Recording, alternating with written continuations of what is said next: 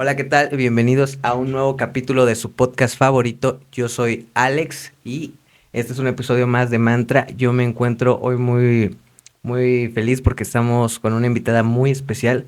Hoy nos encontramos con una historiadora de arte que también ha estado de intercambio en universidades de fuera del país, si no me equivoco.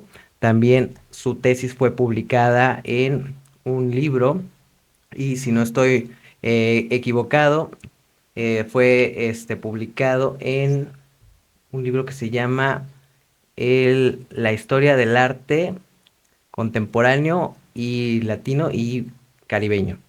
Hoy tengo Latinoamericano. latinoamericano. Sí.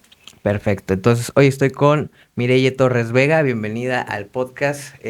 Como te comentaba antes, yo quisiera que, como este es uno de los primeros podcasts de este estilo que grabo, fuera un poco como que la temática más de alumno maestro, que tú me expliques un poco de la temática, pero también de, de qué se trata tu profesión, cómo la llevas a cabo, algunas cosas también que nos quieras exponer y tu punto de vista sobre algunos temas que te resulten interesantes. Y antes me habías mandado pues como un glosario, ¿no? De lo que vamos a ir viendo a lo largo de este capítulo, pero primero, ya que sabemos un poco de quién eres y a qué te dedicas, también quisiéramos saber qué es un historiador de arte, a qué se dedica, cuál es el rol que tiene. Oye, Alex, pues muchas gracias por esta invitación antes que nada.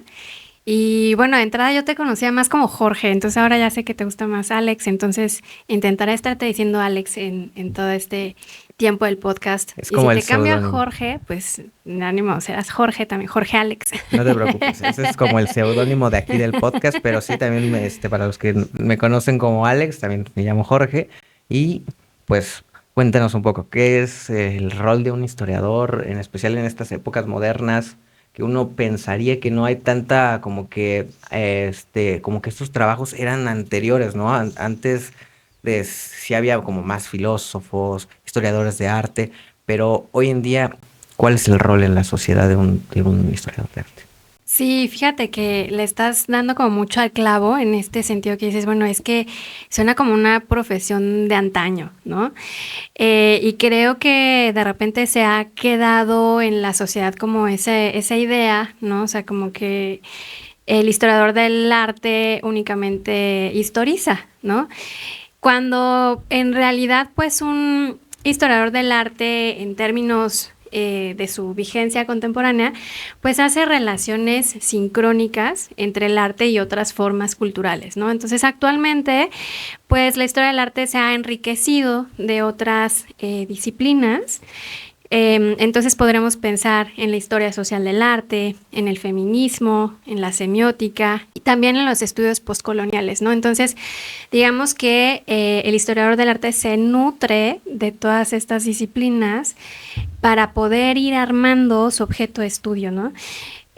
Actualmente hay algo que se llama estudios en cultura visual, que digamos que ha ido desbancando un poco esta disciplina de la historia del arte, ¿no? Entonces por eso como que tenemos esa idea de que no, pues ya es alguien añejo, ¿no? Que se dedica como a lo clásico, pero en realidad pues siempre estamos trabajando con diferentes temporalidades y como te decía, como con diferentes disciplinas también, ¿no? O reseñas o inclusive evaluaciones de arte, dependiendo del campo al que se enfoquen, ¿no?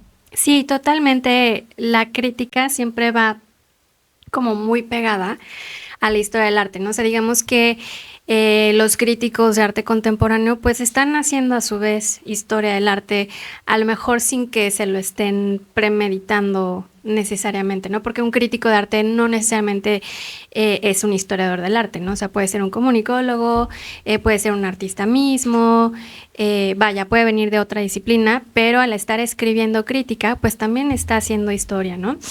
Y por ejemplo, los discursos filosóficos sobre el arte, pues también es otra rama que entra, que se involucra con la historia del arte y que hacen preguntas sobre la estética, sobre el juicio y sobre la ontología de la obra de arte. Cuando digo ontología, me refiero como al ser de la obra de arte, ¿no?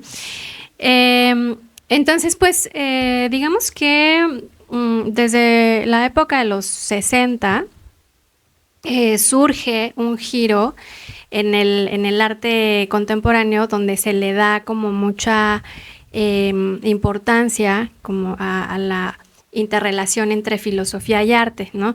Pero digamos que los antecedentes pues los podemos encontrar ya desde filósofos como Hegel o en artistas como Marcel Duchamp, que era un dadaísta, o también como los surrealistas que justo acabamos nosotros de hablar hace rato de ellos, que tú los mencionaste, los constructivistas y por supuesto los artistas conceptuales.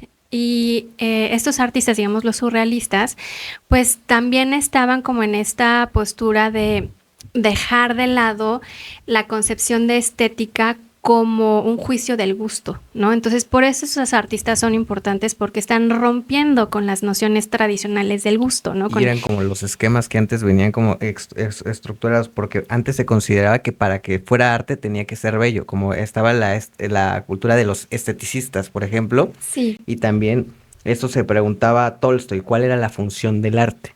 ¿No? Por ejemplo, ¿cuál es la función del arte? Y él en su ensayo de, de pues devela que pues es como llega a la conclusión de que la función del arte no es precisamente la estética, sino es la unión de las personas, porque también el arte puede exponer como que lo grotesco, lo satírico, que no precisamente es estético. Y entonces se van a partir de ahí como que surgiendo estas ramas como el surrealismo, y otras que antes hubieran sido por ende descartadas, al no ser precisamente tan rigurosas en esas normas y éticas, porque por ejemplo, antes como el arte barroco tenía que ser muy detallado, tenía que tener una escuela muy especializada. Claro, también para pintar un mural como los de Dalí o una obra de arte así, tienes que tener cierta escuela, pero son otros parámetros en los que te guías y es un poco más libre, dejas fluir un poquito más el concepto y pues por ende llegas a obras como las que surgieron en ese entonces. Totalmente de acuerdo. Y sí, justo estabas mencionando a Salvador Dalí, pues él también de repente se mete a hacer arte objeto, ¿no? Que decíamos, los mismos dadaístas ya estaban empezando con eso y que a lo mejor para su época era algo extraño, ¿no? O sea, decir, bueno, ¿por qué esto tendría que ser considerado arte, ¿no? Pero ya están, como bien lo mencionas, expandiendo la noción y dándole pues un poco de mayor prevalecencia a la idea, al concepto, que únicamente a la técnica o a las nociones de belleza tradicionales, ¿no? Y yo creo que gran parte de que le dieran esa difusión y que se volviera un estilo tan popular también fue parte de los exponentes, cómo tenían esa excentricidad a la hora de presentarse, porque eran todos unos showmans en ese momento, Salvador Dalí, cómo se vestía, los lugares que frecuentaba y a la vez su presencia hacía que el arte tuviera una visibilidad un poquito más extensa. Por ejemplo, como tratándolo de retratar en la edad moderna, guardando proporciones de las referencias que hago, pues por ejemplo, Peso Pluma y los expositores de la música actual, lo que hacen para llamar precisamente la atención y que tenga un foco más grande es precisamente comportarse, vestirse y producirse de una forma excéntrica, llamativa, que hace que precisamente los reflectores caigan. ¿Tú crees que parte del arte es el artista o es un concepto separado completamente? Ah, bueno, pues yo diría que es como todo un sistema, ¿no? Todo un organismo, todo un engranaje, ¿no? Que parte del mismo artista. Sí tengo la convicción todavía de que de repente se nace artista, ¿no? O sea, no solamente se hace artista, ¿no? O sea, obviamente vas trabajándolo y te vas formando como artista, pero sí siento que todavía me cabe en la cabeza la idea de que se nace muchas veces con esa intuición, con esa voluntad de hacer arte, ¿no? Bueno, entonces está eso por una parte, está la crítica, por otra parte, está el sistema comercial, por otra parte, ¿no? Quién te vende, quién te patrocina, está tu público, por supuesto. Entonces, todos esos elementos van formando como este engranaje, decíamos, ¿no? Que claro, o sea, de repente pues dicen, bueno, ¿y por qué sí pusieron a tal artista en ese escenario o en tal museo y por qué este otro no es reconocido? Pues simplemente porque no estaban como todas las condiciones ahí necesarias o porque a lo mejor el mismo artista tampoco quiso llegar hasta ese punto, no se quiso vender, etcétera, ¿no? Son ahí como muchas variables involucradas. Porque, por ejemplo, hubo muchos artistas que no se hicieron famosos hasta de que dejaron de existir. O sea, una vez muertos, su arte y empezó a trascender. ¿Crees que muchas veces es esto de que el artista o el tiempo no produce precisamente esa difusión? Y por ejemplo, este, justo se me acaba de ir el nombre, pero era un artista muy famoso. Creo que, a ver, lo tengo aquí. Apenas salió su película, creo que era que solo tenía una oreja. Ah, Van Gogh. Van Gogh. Se me fue el nombre increíble, pero sí, hasta después de pos vida se empezó a popularizar mucho su arte. No, y ya es todo Un ícono de la un cultura. ícono, pero ajá, porque lo han elevado, ¿no? Como, digamos, como Frida Kahlo también, ¿no? Digamos que si hay un Van Gogh europeo, pues hay una Frida Kahlo mexicana que año con año tiene que haber una exposición de Frida en algún museo del mundo, que hay una Barbie de Frida, ¿no? O sea, han sabido explotar ese legado y ese personaje que mencionabas. Eh, que en el caso de Van Gogh, sí, o sea, quizá en su vida no contó con la riqueza que a lo mejor era necesaria, pero también porque él mismo se hacía, bueno, él tenía problemas mentales también, ¿no? Entonces, pero él tampoco quería como esa gloria, ¿no? Aunque siempre fue ayudado por su hermano, que era galerista, él le vendía las obras de arte, pero sí cuando muere, pues ya lo explotan Pero sí había como que muchísimo. ese intento de acercamiento de que fuera conocido, porque me acuerdo que había como una anécdota de que creo que a su doctor o a su dentista como agradecimiento, le pintó una obra, un autorretrato, creo que de su doctor o de su dentista, y creo que el dentista lo dejó arrumbado ahí y él expresó que era un retrato que se le hacía muy feo, y este retrato y ahorita es pues, una de las pinturas más costosas que hay, una por el contexto que hay, la historia detrás, y otra porque es de las mejor conservadas. Pero sí había como adelanto a su época, que está muy adelantado a lo mejor y que no fue apreciado en ese momento. Bueno, ahí volvemos a esto de la noción de gusto, ¿no? O sea, como del juicio estético. Digamos que de repente hay como, como ciertas normas, ¿no? Lo que dices, como a lo mejor estaba adelantado a su época, ¿no? Porque en las normas de esa época, pues no era algo bonito, ¿no? Em, pero también está el otro lado, decíamos, como del mercado, ¿no? O sea, a lo mejor, y un juicio subjetivo también, ¿no? O sea, yo como persona estoy en todo mi derecho de decir, pues sabes que a mí ese retrato ni me gusta, o sea, aunque me digan que es de tal artista excelso, pues guácala, no me late, ¿no? Pero va a haber como este otro mecanismo del mercado, pues que va a decir, bueno, pues a lo mejor es el momento de explotarlo y de venderlo carísimo, aunque a lo mejor no valga tanto, ¿no? Ahí son como las paradojas de, o sea, ¿por qué debe de valer tantos millones de euros o dólares una obra, ¿no? Y también es un poco subjetivo, ya que creo que justamente el precio y la validación de una obra de arte viene mucho del reconocimiento del artista que la hace. Por ejemplo, este, pues hay muchas historias de que hay, pues, por ejemplo, obras en los museos que realmente no son obras. Por ejemplo, si tú vas y dejas unos lentes ahí puestos o apenas hubo una imagen que se hizo viral que estaban construyendo, remodelando una sección del museo y los albañiles dejaron literal bolsas de concreto y escombros y la gente se pasaba y volteaba y decía, como que la valoraba y preguntaban, ¿quién es este artista? Se ve interesante.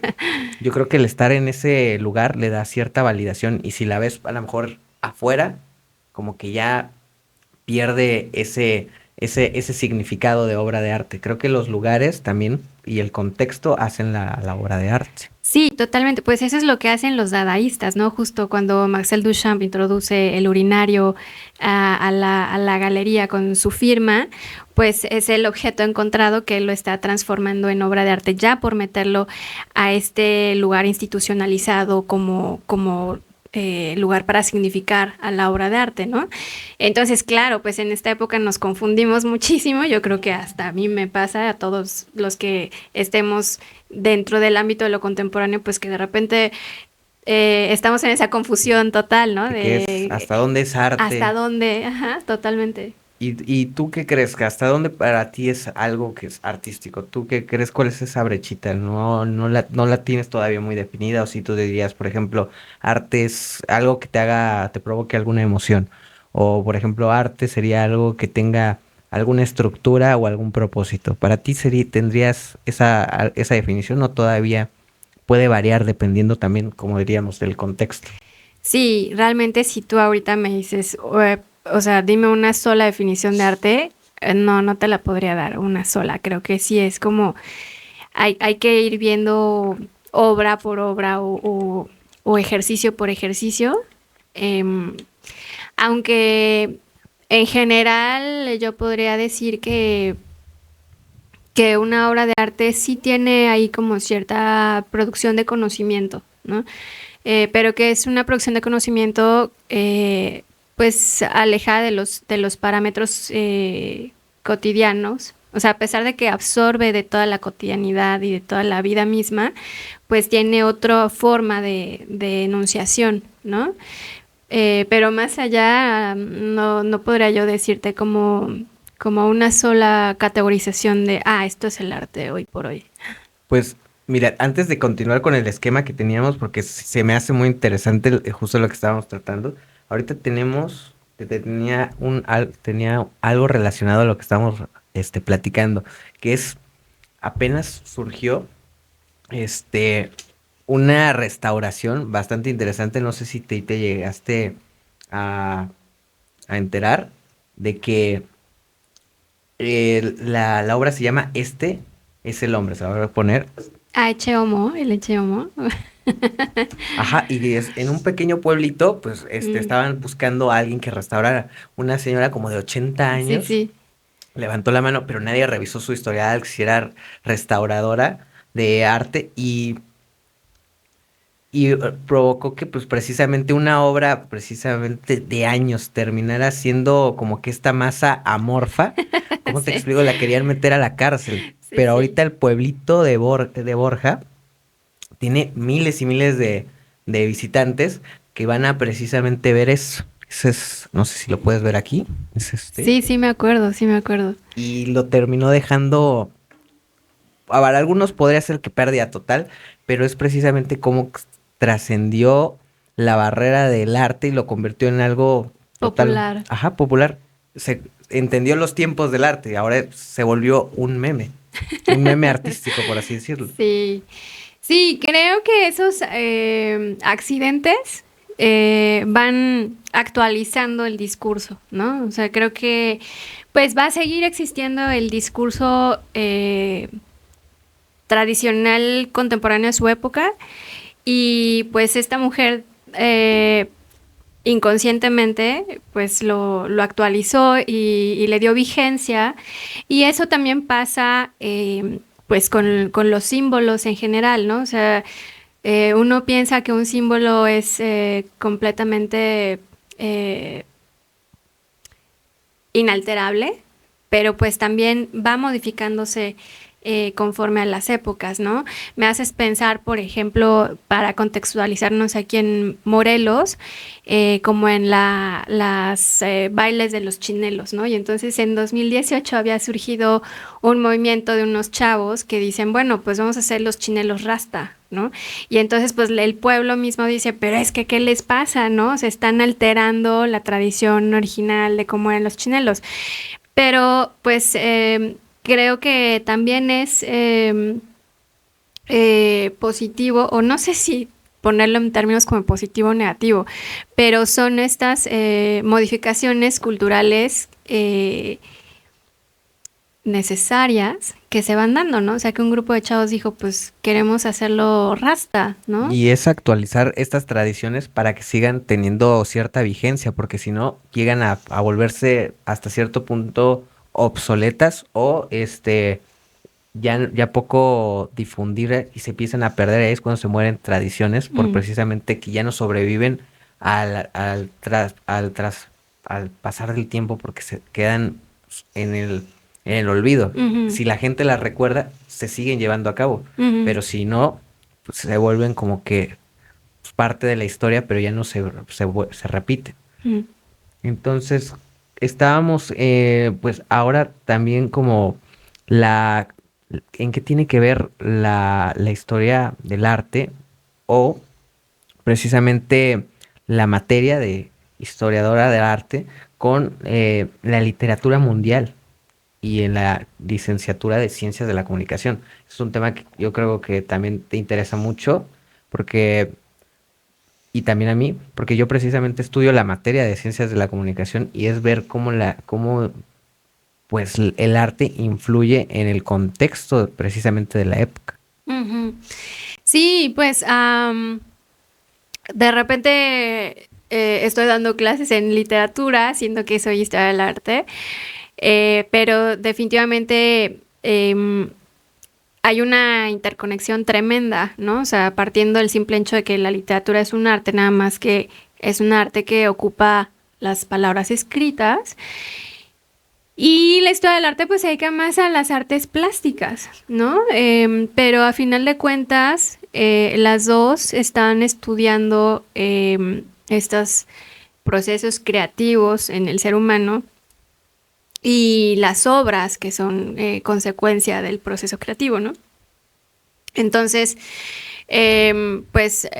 hay momentos en los que las interconexiones entre literatura e historia del arte son muy evidentes, hay otras en las que no, pero pues en mi caso, al momento de dar clases, pues a mí siempre me interesa relacionar lo plástico o tener una imagen con la parte del texto, con la biografía del artista, con el contexto de la época. Darle diversidad en ese aspecto, ¿no? Como que Ujú. tener varias fuentes de apoyo Sí. para mantener como que una narrativa congruente, ¿no? Ujú. Y también eso de que pues en este momento, aparte de ser historiadora de arte, tienes una pues carrera de docente. ¿Cómo, cómo surge esta faceta tuya, por así decirlo, de también enseñar? Porque pues una parte de ser historiador también puede ser la docencia, pero ese rumbo, lo tenías planeado o al final te fue más práctico. ¿Cómo surgió? ¿Lo puedes rastrear hasta una anécdota o poco a poco surgió de así de Ay, pues ya había yo dado clases anteriormente. Cuando yo estaba en Ciudad de México, yo llevo 5 años viviendo aquí en Cuernavaca. Y yo llegué porque pues me dio un trabajo en La Tallera, que es un museo de arte contemporáneo que pertenece al IMBAL. Em, pero después, pues bueno, salí del museo. eh, Razones que igual creo no vale la pena comentar aquí. Y entonces, cuando yo estoy trabajando en el museo, me embarazo y pues ya tengo una hija ya va a cumplir 5 años en marzo. Y me toca aquí la pandemia también. Entonces, pues digamos que, o sea, saliendo del museo, quizá lo más lógico hubiera sido para mí buscar trabajo en otro lado, pero como se da la pandemia, dije, no, no me quiero regresar a Ciudad de México para nada, me voy a quedar aquí. Y es en ese proceso en donde empiezo a dar clases. Bueno, retomo el dar clases. Primero empecé con clase en línea, porque pues acuérdate del semáforo rojo y todo ese paranoia y cosa terrible que traíamos. Y entonces empecé dando clases en línea Y ya poco a poco pues me he ido incorporando a las clases presenciales, pero la verdad es que las dos modalidades me han parecido fascinantes. Yo creo que para ser docente sí se necesita una vocación y que tiene que ver con el darse al otro totalmente, ¿no? O sea, porque siento que luego como seres humanos somos completamente envidiosos con el conocimiento, que no lo compartimos. Pero bueno, creo que en mi caso sí me gusta como esta actitud de servicio y de poderle pues dejar algo de conocimiento a las demás personas, ¿no? Que ahí ya no puedo saber si sí les va a servir de algo o no. Luego como que las humanidades están como que la gente piensa que no sirven para nada, qué sé yo. Pero pues yo espero como si generar una semillita en la gente con la que yo estoy compartiendo el conocimiento, ¿no? Que es más que nada lo que a mí me interesa, aunque sí definitivamente pues es un ámbito que está como muy mal pagado aquí en México, ¿no? Yo creo que el ser docente es una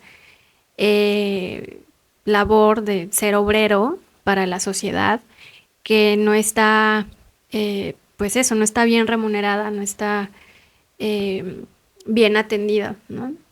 Está como muy castigada y especialmente como que muy estigmatizada esto por ejemplo, de la cultura. Hoy vivimos en un mundo tan automatizado que creemos que lo más importante ahorita es aprender más sobre el futuro, sobre lo que viene, nuevas tecnologías, y sí es muy importante mantenerse eh, a la vanguardia, por así decirlo, pero también mucho de lo importante es la historia que hay detrás y de cómo se han creado estos fundamentos y estas nociones que el día de hoy provocan que sigamos avanzando como sociedad. Porque lo decía una frase que, no sé si tenga mucho que ver al caso, pero pues va relacionada un poco, que es el que no conoce su historia está condenado a repetirla. Y si al menos conociéramos estos fundamentos o estas nociones más culturales, yo creo que tendríamos también un mejor estilo de vida y aprenderíamos a valorar precisamente estas carreras que son fundamentales para el desarrollo de personas, no solo en el ámbito profesional, sino en el ámbito social, mental e inclusive cultural. Sí, totalmente de acuerdo, totalmente de acuerdo.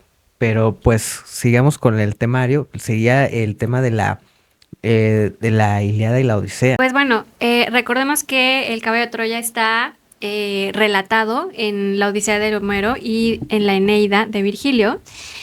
Y entonces, pues, se me ocurrió unir tres obras que están dentro de esta misma temática y que, pues, son obras de arte postconceptual mexicano, ¿no? Y la primera de ellas es de Marcos Ramírez R., que se llama Toy and Horse de 1997. Y bueno, Ramírez R. es una artista tijuanense de 63 años que estudió Derecho. Eso se me hace como muy interesante mencionarlo porque en realidad él no estudió arte, ¿no? Sino que estudió Derecho en la Autónoma de Bajo California. Pero pues después de estudiar Derecho y de trabajar con su tío, dice, ¿sabes qué? Como que este no es el camino para mí, guácala. Y mejor me voy a dedicar a construir casas. Entonces, durante un buen rato se va a Estados Unidos hacer casas de madera. O sea, él tiene de oficio la carpintería y pues está trabajando eso un rato, pero pues, o sea, al mismo tiempo le interesaba el arte, ¿sabes? Que justo en los 80, en el 82 se crea el Centro Cultural Tijuana, pero no existía la carrera de artes como tal, pero él pues se va fogueando ahí de lo que ve en el centro cultural, o sea, como que tiene estos intereses artísticos, estéticos, y en el 92 comienza pues un festival de arte muy importante en Tijuana que se llamaba Insight. Y pues en el 92 no participa él, o sea, él participa hasta el 94 con una obra que llamó Century 21, que él hace, digamos, como una casa como de la periferia, así con fragmentos de madera y así, como pues las casas que construyen, digamos, a veces los indigentes o cosas así. Es como una casa de bajos recursos que es Ajá. como muy rústica, hecha de elementos como totalmente de tejas. Sí, y entonces eso es con lo que participa en el 94 y ya en el 97 ya decide hacer un proyecto mucho más trabajado, aunque ese también tiene bastante sentido Es un poco más complejo el otro. el otro es más complejo, que bueno, es justo Trojan Horse, y que además pues le dan ahí, creo que le dan así como $15,000 para producirlo, una onda así. Y pues él decide colocar un caballo de Troya en la frontera, pues bueno, en la frontera y en Tijuana, ¿no? En donde está la garita.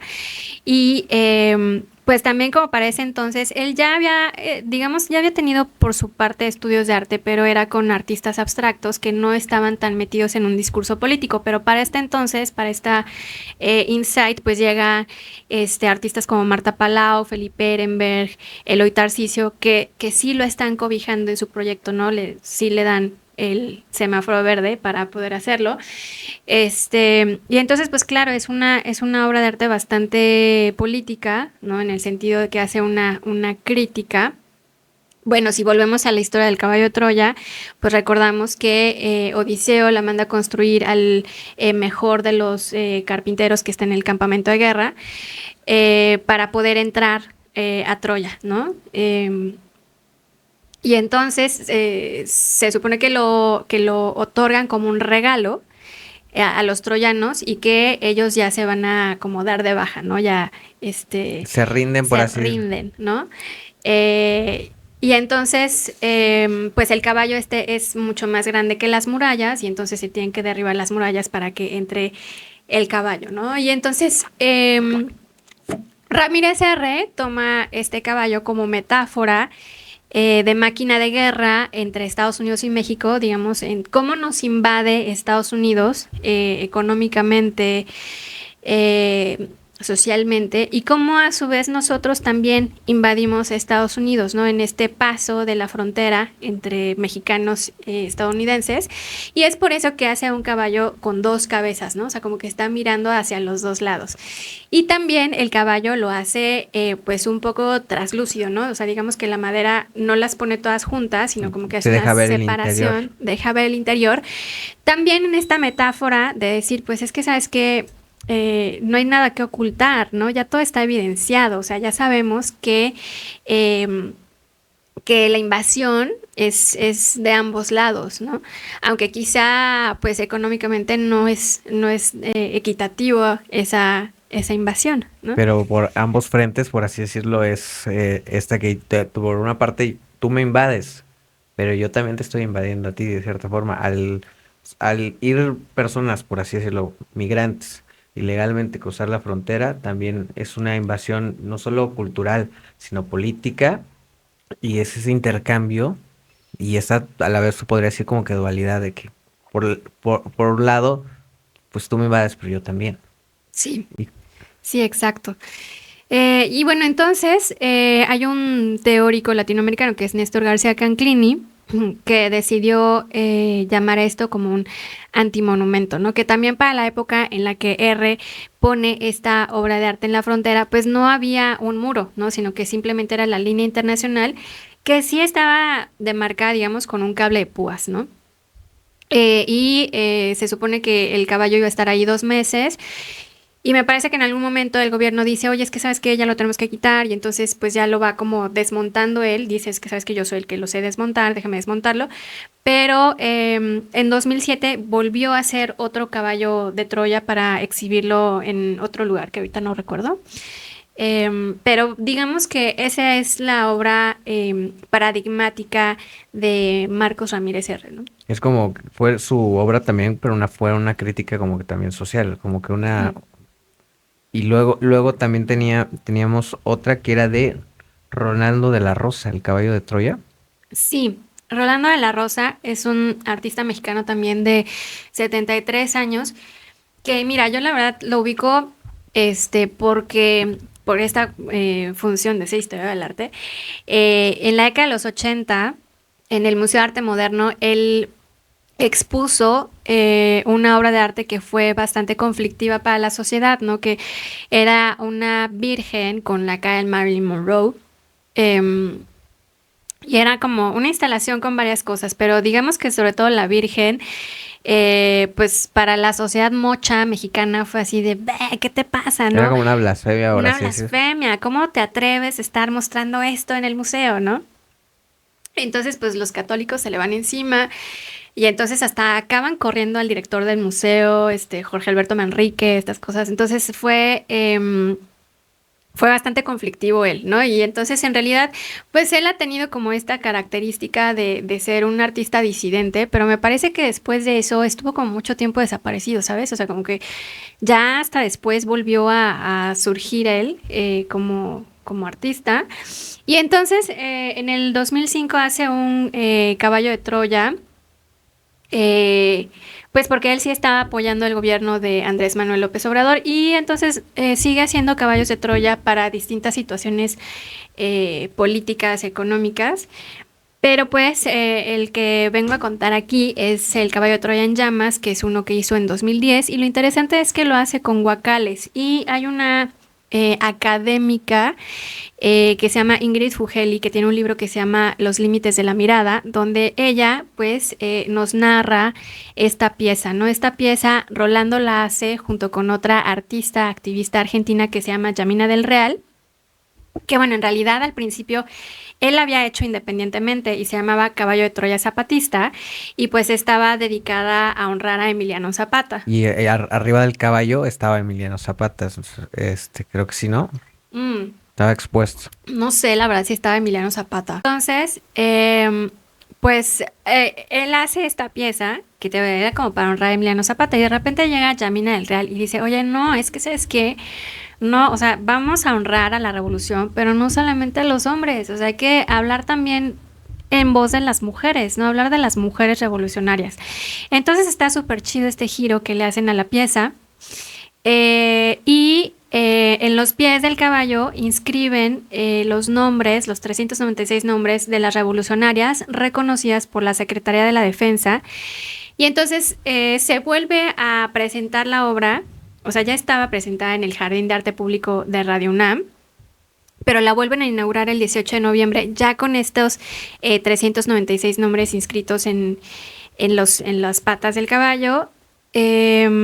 Y pues también representando a las Adelitas y digamos a las niñas héroes también, ¿no? Decíamos como dándole esta voz a la lucha revolucionaria mexicana, porque si pensamos en el caso de Elena, ¿no? O sea que Elena es esta mujer por la que se desata la guerra de Troya.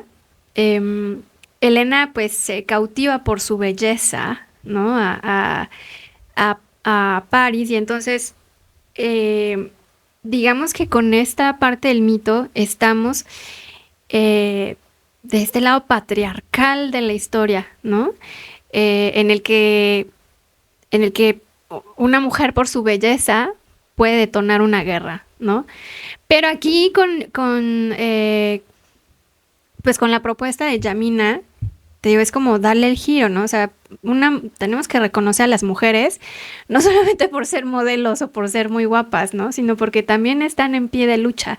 Y hay como distintos niveles de pie de lucha, ¿no? Porque también cuando se inaugura la pieza, pues también se hizo entrega del premio Caballo de Troya de Huacal a la mujer revolucionaria actual y entonces le dan el premio a las activistas Aminetu Haidar y a Lubna Mazarwa, que ella es coordinadora de movimientos sociales del Centro de Información Alternativa de Palestina. Y también se lo dan post-mortem el premio a Dolores Jiménez y Muro, quien fue quien redactó el prólogo del Plan de Ayala de Emiliano Zapata en 1911. Y lo recibe el premio Patricia Benítez, que es su nieta. Entonces, pues eso, ¿no? O sea, como pensar que las mujeres en la revolución estaban a distintos niveles, ¿no? A lo mejor ella en la parte de más intelectual, redactando el prólogo, el Plan de Ayala, pero también las mujeres que estaban pues ayudando a sus maridos que estaban en guerra, a lo mejor preparándoles los alimentos o a lo mejor como Adelitas tomando las armas mismas, ¿no? O sea, dar ese lugar que no había sido reconocido, que no ha sido reconocido. Y que no había sido tan documentado. Que no había sido tan documentado. Y que por una parte estaba esto, el caballo de Troya, como lo decías, una mujer podía desencadenar una guerra, pero también podía pelearla en este caso. Ella también podía luchar para proteger su patria. Y la mejor descripción que pudieron hacer en este momento fueron de nombrar todas las personas que sí pelearon en esa guerra, que sí lucharon y que defendieron la patria, por así decirlo, en un caballo de Troya que antes simbolizaba, que era precisamente que pues, se peleaba por una mujer, pero ahora no, las mujeres pelean en esta guerra. Sí, sí, sí. Y tenemos también la siguiente que era de Eric Beltrán, si no me equivoco, El sueño de la Conte. Sí. Nada más para finalizar tantito con la obra anterior, esa obra logró estar 2 años ahí afuera del jardín de la radio, de Radio UNAM, y que nada más simplemente contrastar, obviamente es arte pobre, es arte que está hecho con recursos mínimos, con guacales, y que esa misma es la intención, y que justo es como Como que sea más humilde el contexto, pero más en- humilde contrastándolo con el caballito de Manuel Tolsá, ¿no? Que Manuel Tolsá hace ese caballito en 1803 y que ahí pues está haciendo una apología a los españoles que vienen a colonizarnos, ¿no? Entonces ese caballito lo tuvieron que mover, o sea, ha estado en diferentes lados del centro de México, de la Ciudad de México, y pues finalmente lo localizaron donde lo vemos hoy en día, que es afuera del MUNAL, el Museo Nacional de Arte, porque pues igual han habido distintas insurgencias que han querido derribar este caballo de bronce, ¿no? Entonces, pues eso, contrastar como este caballito con el caballo de Troya de Yamila y de Rolando, ¿no? muy bien. Y ujú, Con eso, entonces cerraríamos el caballo de Troya de de Eric Rolando Beltrán. y Ajá, sí. seguiríamos con el de Eric Beltrán, El sueño de la Conta, del Sí. 2018. Pues bueno, Eric Beltrán es un artista de 50 años que estudió en la Escuela Nacional de Artes Plásticas de San Carlos, de la UNAM. Y pues bueno, actualmente no sé dónde vive él, si está viviendo en Barcelona o en Berlín, pero bueno, es un artista ya reconocido a nivel internacional que está representado por la Galería Labor y que en 2018 presentó una exposición que estuvo trabajando durante todo un año que se llamó El sueño de Laoconte. Y pues bueno, Eric Beltrán desde joven estuvo involucrado con técnicas gráficas, con el grabado, con la producción de periódicos y de libros. Entonces, en este sentido, hay un claro interés en la relación entre forma y contenido, ¿no? Pero también, digamos que sus intereses van hacia el ordenamiento del mundo, ¿no? O sea, hacemos clasificaciones, hacemos categorías, teorías, pero a lo que él le interesa, digamos, es la creación de estas mismas categorías, la creación de estas mismas teorías y el discernimiento entre la verdad y la realidad. Y entonces, pues él retoma la parte del Laoconte que bueno, hay una escultura bellísima griega del periodo helenístico que es Laoconte mismo, que era un sacerdote que sale con sus 2 hijos a los lados que están siendo atacados por serpientes. Entonces es bellísima en el sentido de que la escultura, ya digamos que es el tope máximo de la escultura griega, ¿no? Porque anteriormente era como muy hierática, así como muy sobria, pero para este momento de la representación del Laoconte ya las emociones, Las expresiones y las expresiones del cuerpo así retorciéndose. inclusive las arrugas de la bata ya se pueden expresar en el mármol, que es una técnica Sí, muy difícil de lograr. sí, sí, sí. Entonces incluso se ha pensado que a lo mejor esa escultura es ya como de la época del medievo y que no es de la época de los griegos, ¿no? Pero em, de cualquier manera su factura es impresionante, ¿no? Pero entonces resulta que en la Eneida de Virgilio se relata esto de que el Laoconte, que además quiere decir los ojos del pueblo, pues le está advirtiendo al pueblo, ¿no? Les está diciendo a los troyanos, oigan, o sea, es que este caballo viene, este, es un engaño, ¿no? O sea, no lo acepten, no acepten este regalo. Y incluso él echa una lanza, ¿no? pero pues no le creen, ¿no? Y entonces los dioses, o sea, bueno, hay como versiones que dicen que Atenas y hay otras que dicen que Apolo, pero digamos que los dioses lo castigan llevando estas dos serpientes para matarlo a él. Creo que nada más se muere uno de su hijo y el otro sobrevive, una onda así, no sé. Es que igual como dependiendo de las versiones de los mitos, pues va cambiando todo el Pero asunto. lo castigan por no querer aceptar el regalo. Ajá, porque él le estaba advirtiendo a la gente, oigan, no lo acepten, sean inteligentes, estos güeyes nos van a atacar, ¿no? Se parece una trampa, ¿no? Ajá, Pero sí. lo castigaron porque los dioses estaban a favor de Troya o... Pues, o sea, sí, es que esa es la paradoja, o sea, lo castigan por decir la verdad, ¿no? Ajá, sí, sí, sí. Eh, entonces, lo que, lo que, digamos, metafóricamente está enunciando Eric Beltrán con esto, son como telones monumentales que tú como espectador puedes interactuar con ellos y moverlos, y que a su vez están remitiendo, no de una manera literal, pero sí, digamos, en esta metáfora a los murales de Siqueiros, porque Siqueiros ocupaba la tallera para su producción de murales movibles, ¿no? Los murales que están en el Poliforum Siqueiros en Ciudad de México fueron hechos aquí en la tallera.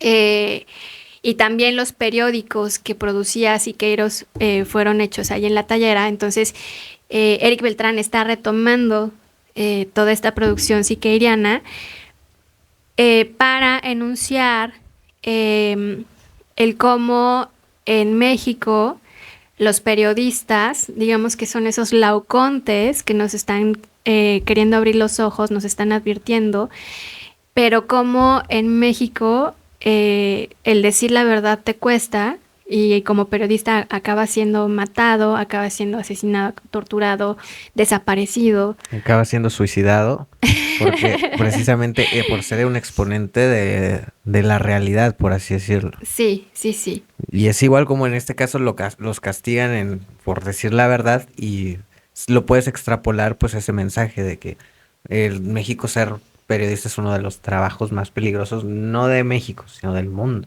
Sí, sí, sí. Entonces, bueno, pues también él podríamos pensar en que Rosalind Krauss habla de la condición postmedial del arte, ya cuando no sabemos distinguir que si es escultura, que si es pintura, que si es instalación, que si es video, que si es arte digital. Entonces, yo diría que esta gran pieza monumental de Eric Beltrán está como en esta lógica postmedial, porque decía, o sea, como que de alguna manera sí está retomando esos murales siqueirianos, no los está haciendo necesariamente con pintura, pero vaya que los colores que ocupa son bastante estridentes en estas cortinas. Y todo el diseño lo hizo digital, ¿no? Entonces es gráfica que, repito, o sea, no es necesariamente el grabado tradicional, pero Es un estilo o una variante de esta precisamente corriente que... una variante contemporaneizada, ¿no? Ya con todas las técnicas digitales que te permiten el trabajar en tu computadora, ¿no? Bueno, y entonces también el día de la inauguración él hizo un performance en el que él va moviendo los telones, ¿no? En esta metáfora de lo que es visible o de lo que no es visible a nuestros ojos. Va relatando como toda la historia de la Ilíada prácticamente, ¿no?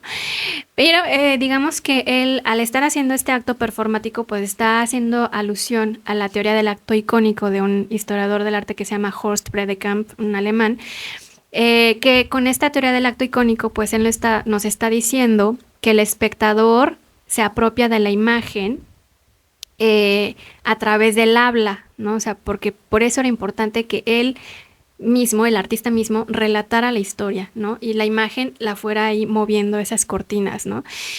Y de esta manera es como pasar de la latencia, o sea, de estar como estático a la acción, ¿no? O sea, de tomar acción frente a los hechos que estamos viviendo, ¿no? Entonces, eso es, digamos, el mensaje final de Eric Beltrán, ¿no? O sea, como no estés nada más como pasivamente, tú, o sea, como ciudadano mexicano, pues, ¿qué puedes hacer al respecto de este asesinato de los periodistas, ¿no? Y que, bueno, ya para finalizar, pues estamos viendo aquí como dos obras que son como de carácter público. La primera de Marcos Ramírez Serra, pues que sí tuvo un gran financiamiento por parte de Insight.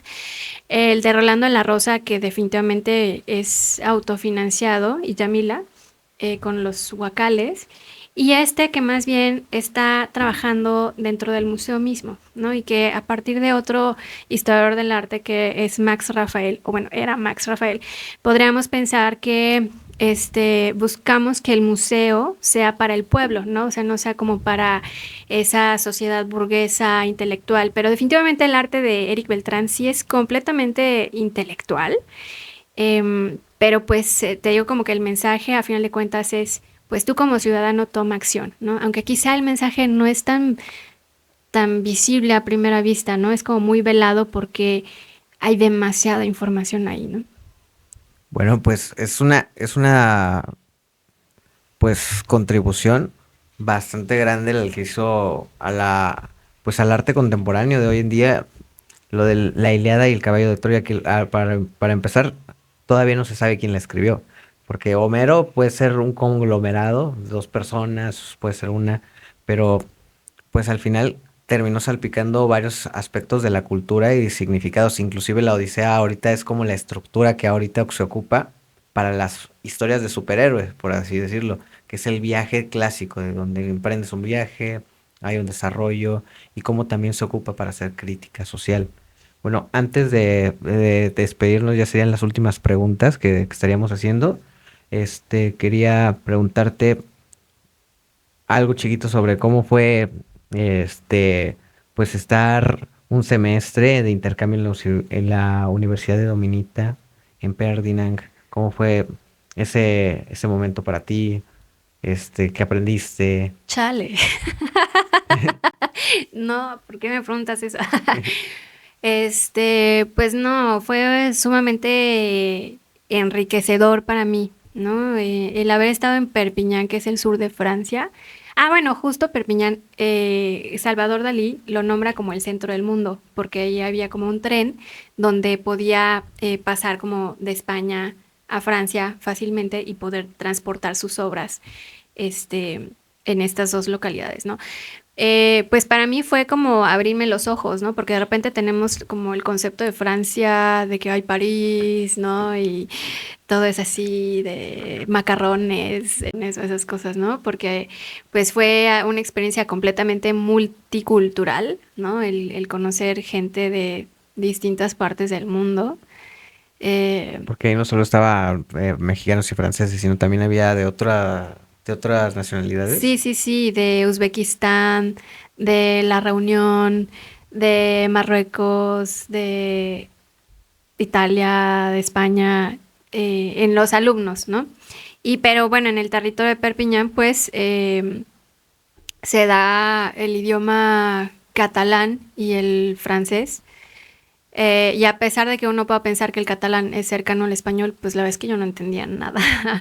Y también pues estuve viviendo en un barrio árabe, pues que para mí la verdad era como estar en la Lagunilla o algo así, ¿no? La gente ahí afuera vendiendo el hashish, colgando su ropa después de lavarla afuera en el balcón, haciendo caca en la calle. O sea, era como que muy contrastante. Sí, contrastante con la idea que uno piensa como del francés intelectual, refinado, la cultura europea, ¿no? Todo eso contrastó y fue un choque cultural a la vez. Esto pensaba, esta es la realidad, pero a la vez tengo que convivir con estos Pues para mí aspectos, no fue choque cultural, realmente ¿no? fue adorable. Sí te llamó mucho la atención. No, me encantó, por supuesto. Sí, me la pasaba comiendo kebab, porque era lo más barato. Qué es el kebab? Pues es como un taco al pastor, pero sin el chilito al pastor, o no sé lo que le pone al pastor. Con carne de pavo, con papas a la francesa, con un aderezo ahí. Entonces es lo más barato que puedes comer ahí.